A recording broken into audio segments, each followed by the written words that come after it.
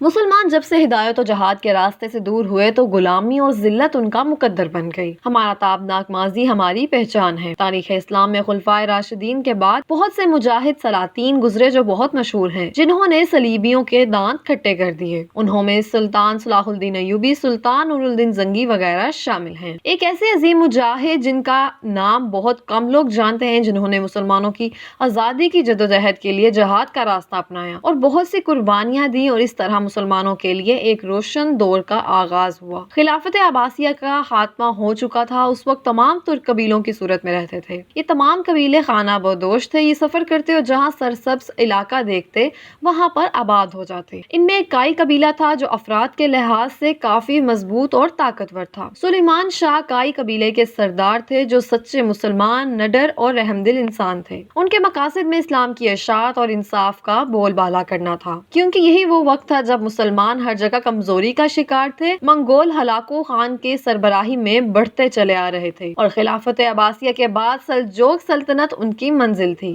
صلیبی اپنی سازشوں کے جال بن رہے تھے۔ مسلمانوں کی مضبوط اور طاقتور سلجوق سلطنت اب زوال کے قریب تھی۔ ان حالات میں ضروری تھا کہ مسلمانوں کی تعداد کو بڑھایا جائے۔ سردار سلیمان شاہ کے 4 بیٹے تھے جو بہت بہادر اور جنگجو تھے۔ سلیمان شاہ تمام ترک قبائل کو متحد کرنا چاہتے تھے تاکہ مسلمانوں کو صلیبیوں کی ریشہ دوانیوں سے بچایا جا سکے۔ شام کے علاقے پر سلطان صلاح الدین ایوبی کے پوتے سلطان ملک العزیز ایوبی کی حکومت تھی۔ صلیبی دونوں سلطانوں کو آپس میں لڑانا چاہتے تھے تاکہ اس خطے میں مسلمانوں کو کمزور کر کے ان کا خاتمہ کر سکے۔ سردار سلیمان شاہ نے ان سازشوں کو ختم کرنے میں بڑا کردار ادا کیا، جس کی وجہ سے ایوبی سلطان کائی قبیلے کے دوست بن گئے اور سلجوق سلطان کی بھتیجی خلیمہ سلطان کی سلیمان شاہ کے بیٹے ارطغرل سے شادی ہو گئی۔ سردار سلیمان شاہ کی وفات کے بعد ارطغرل کائی قبیلے کے سردار بنے۔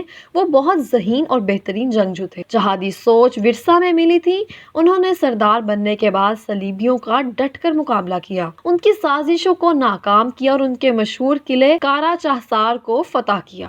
بہادری، شجاعت اور وفاداری کی وجہ سے سلطان علاء الدین نے ارطغرل غازی کو تمام قبائل کا سردار اعلیٰ اور اناطولیہ کے سرحدی علاقے کا نگران بنا دیا۔ ارطغرل غازی کے ہاں 3 بیٹے گندوز، ساؤچی اور عثمان پیدا ہوئے۔ عثمان سب بھائیوں میں چھوٹے تھے۔ ارطغرل غازی نے ان کی دینی اور جنگی تربیت کی اور وہ بڑے ہو کر والد کے شانہ بشانہ جہاد میں شامل ہوتے رہے۔ ارطغرل غازی ایک مقصد کے لیے لڑ رہے تھے۔ انہوں نے منگولوں کے بڑے بڑے سپہ سالار قتل کیے، جن میں نویان مشہور ہیں۔ سلجوق سلطنت منگولوں کے ہاتھوں ختم ہو چکی تھی اور ارطغرل نے تمام ترک قبیلوں کو سوگوت میں اکٹھا کیا، صلیبیوں سے چھینے گئے علاقوں کو ایک ریاست کی شکل دی اور تعلیم و تربیت کے لیے درسگاہیں تعمیر کی گئیں تاکہ لوگ جدید علوم سے بہرہ رو ہو اور اس طرح مضبوط اسلامی معاشرے کی بنیاد رکھی جا سکے۔ ارطغرل غازی نے منگولوں کا خاتمہ کرنے کے لیے فیصلہ کن جنگ کا ارادہ کیا اور اس مقصد کے لیے منگول سلطان برقا خان جو مسلمان ہو چکے تھے اور مصر کی سلطنت رکن الدین بیبرس کو آمادہ کیا اور طے پایا کہ ایک بڑی فوج تیار کی جائے جس میں تمام ترک قبائل بھی شامل ہوں۔ اناطولیہ میں فیصلہ کن جنگ کا آغاز کیا گیا۔ اس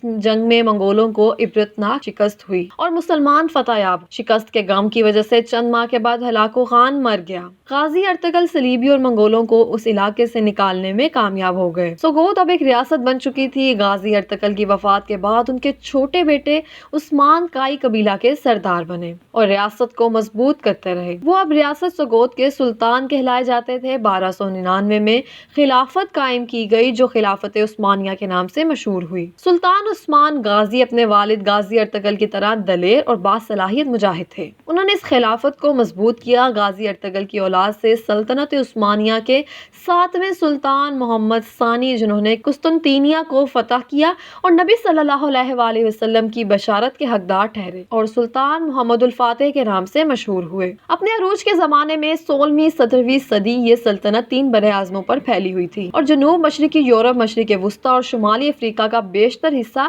اس زیر نگین تھا۔ اس عظیم سلطنت کی سرحدیں مغرب اور آبنائے مشرق بحیرہ قزون اور خلیج فارس اور شمال میں آسٹریا کی سرحدوں سلوواکیہ اور کریمیا موجودہ یوکرین سے جنوب میں سوڈان، صومالیہ اور یمن تک پھیلی ہوئی تھیں۔ اس کے ساتھ ساتھ ہی آپ کو بتاتے چلیں، امریکہ کی معروف دوا ساز کمپنی نے مہلک ترین کورونا وائرس کی ویکسین کی تیاری سے متعلق بڑا دعویٰ کیا۔ تفصیلات کے مطابق چین سے پھیلنے والے کورونا وائرس نے چند ماہ کے دوران ہی ساری دنیا کو اپنی لپیٹ میں لے لیا ہے، جس کے باعث دنیا بھر میں 16 لاکھ سے زائد افراد متاثر ہو چکے ہیں۔ وائرس کے باعث ہزاروں کی جانیں جانے کے باوجود ابھی تک اس کی ویکسین تیار نہیں کی جا سکی۔ البتہ کچھ ممالک اور سائنسدانوں نے اس جان لیوا وائرس کی ویکسین تیار کرنے کا دعویٰ ضرور کیا تھا۔ اب معروف امریکی دوا ساز کمپنی نے ویکسین کی تیاری میں بڑی پیش رفت کا دعویٰ بھی کیا ہے۔ امریکی میڈیا کا کہنا ہے کہ کمپنی امریکی حکومت کے تعاون سے ویکسین کی تیاری میں مصروف ہے۔ کمپنی کے چیف سائنٹیفک آفیسر نے امریکی میڈیا سے گفتگو کرتے ہوئے بتایا کہ ویکسین کی تیاری پر جنوری سے کام شروع کر دیا گیا تھا۔